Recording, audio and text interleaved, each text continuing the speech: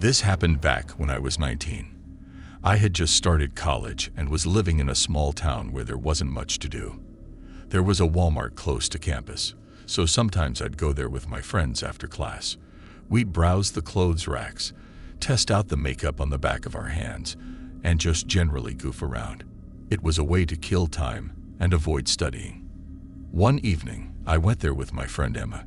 She was my best friend since high school, and we did almost everything together. We had this routine of buying snacks and then just walking around, talking about life and whatever was on our minds. As we walked in, we noticed a new guy working at the electronics section.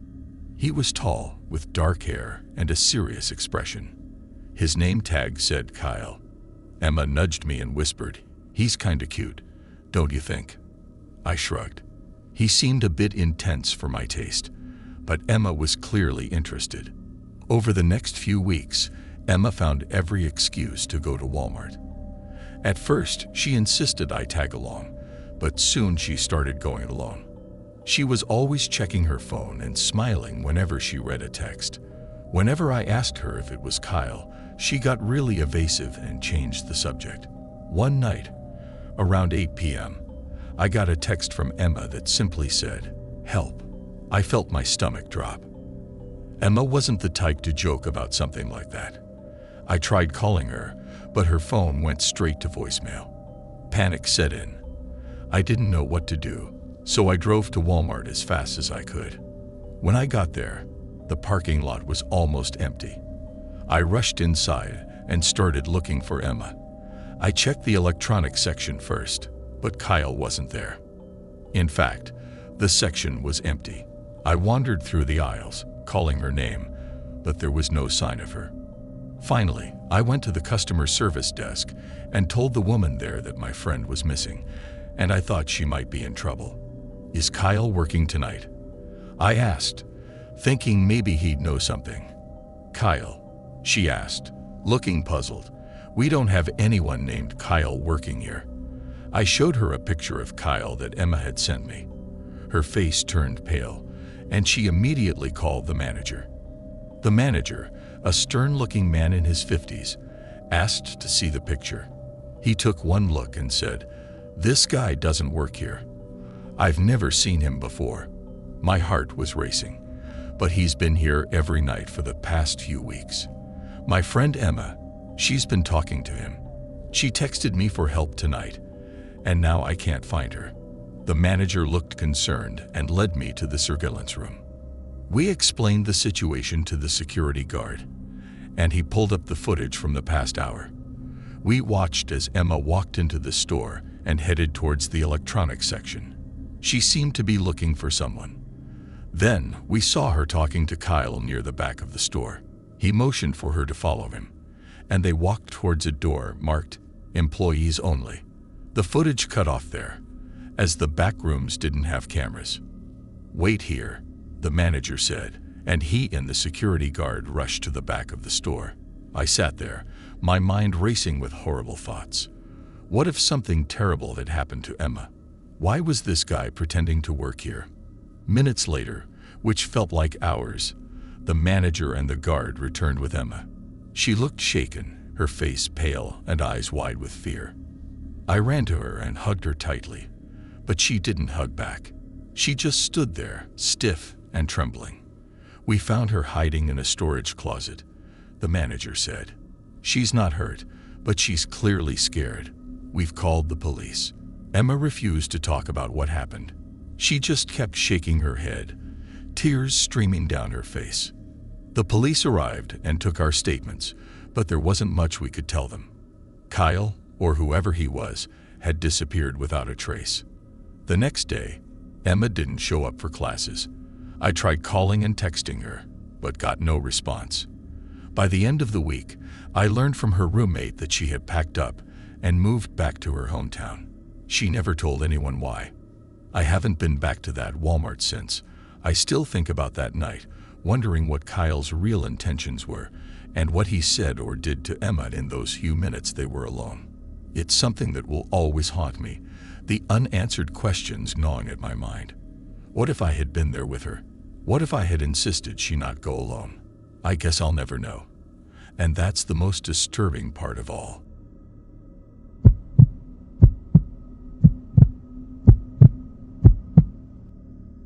I still can't shake off the feeling of dread whenever I think about that night. It was a couple of months ago, but it feels like it happened just yesterday.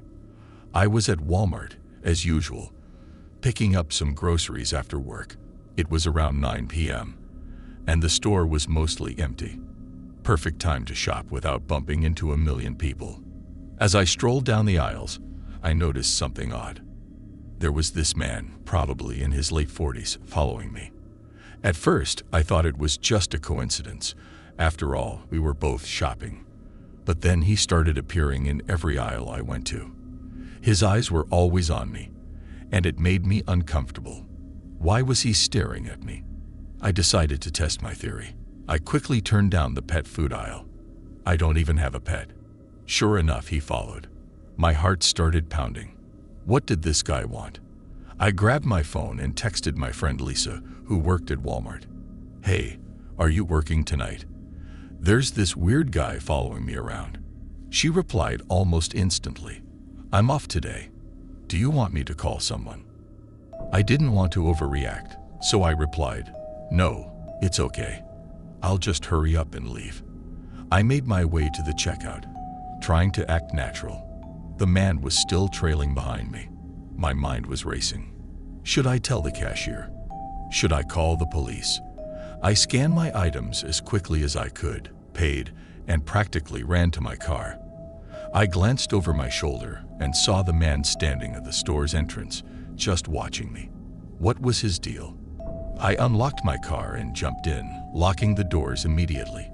I took a deep breath, trying to calm down. But then I saw him again. He had exited the store and was walking towards my car. Panic set in. I started the engine and sped out of the parking lot, not even caring if I hit a cart or two on the way out. As I drove home, I kept checking my rearview mirror. Was he following me? Was he planning to? I didn't see his car, but I couldn't shake off the paranoia. I decided to take a longer route home, just to be sure. When I finally got home, I locked all the doors and windows and double-checked them. I felt a bit safer, but the unease didn't go away. I tried to relax by watching some TV, but my mind kept drifting back to that man's creepy stare. The next day at work, I told my coworker, Mark, about the incident. He joked about it, saying I probably just had an admirer. But then he got serious and said, maybe you should report it to Walmart. They have security cameras, right? They can look into it. I took his advice and called Walmart. The manager was very understanding and said they would review the footage. I felt a little better knowing they were taking it seriously. A few days later, I got a call from the Walmart manager. We reviewed the footage, he said, and we saw the man you were talking about. Here's the thing. We've seen him before. What do you mean? I asked, my heart sinking. He's been spotted in our store multiple times over the past few months. Always late at night, always following different women. We've reported it to the police. That sent chills down my spine. So it wasn't just me. This guy had been stalking other women too. What was his endgame? What would he have done if I hadn't left the store so quickly? The police contacted me for a statement, and I told them everything I could remember. They assured me they were investigating, but I could tell they didn't have much to go on. The man had been careful, never doing anything outright illegal, just enough to creep people out. Weeks passed, and I tried to put the incident behind me. But every time I went shopping, I couldn't help but look over my shoulder, half expecting to see that man's eerie gaze. I started carrying pepper spray and even took a self-defense class. My sense of security was shattered. I haven't heard back from the police, and the man hasn't been seen at Walmart again, as far as I know. But the experience left me shaken. I still wonder about his intentions. Why was he following me? What would he have done if he caught up to me? The unanswered questions are the worst part, gnawing at the back of my mind. That night changed me. It made me realize how vulnerable we can be, even in a place as ordinary as Walmart. I hope I never see that man again, but the fear that I might keeps me on edge. And it's a fear I wouldn't wish on anyone.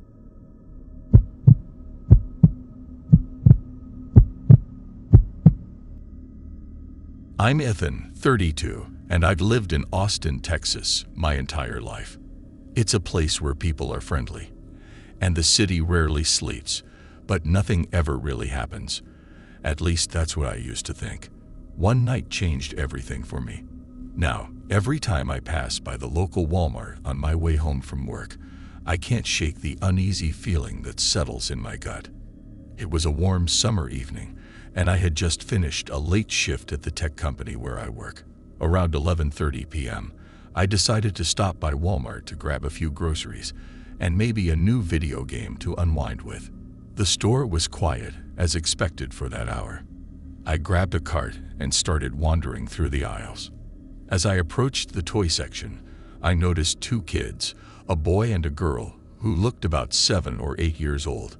They were giggling and pointing at different toys, clearly excited. It struck me as odd that they were there alone so late. Where were their parents? I decided to mind my own business and continued shopping. But then something strange happened. I heard a sound, like a whisper, coming from the next aisle.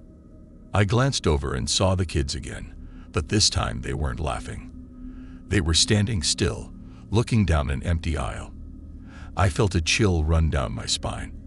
I walked over, pretending to be interested in a display of action figures, and asked, "Hey, are you guys okay?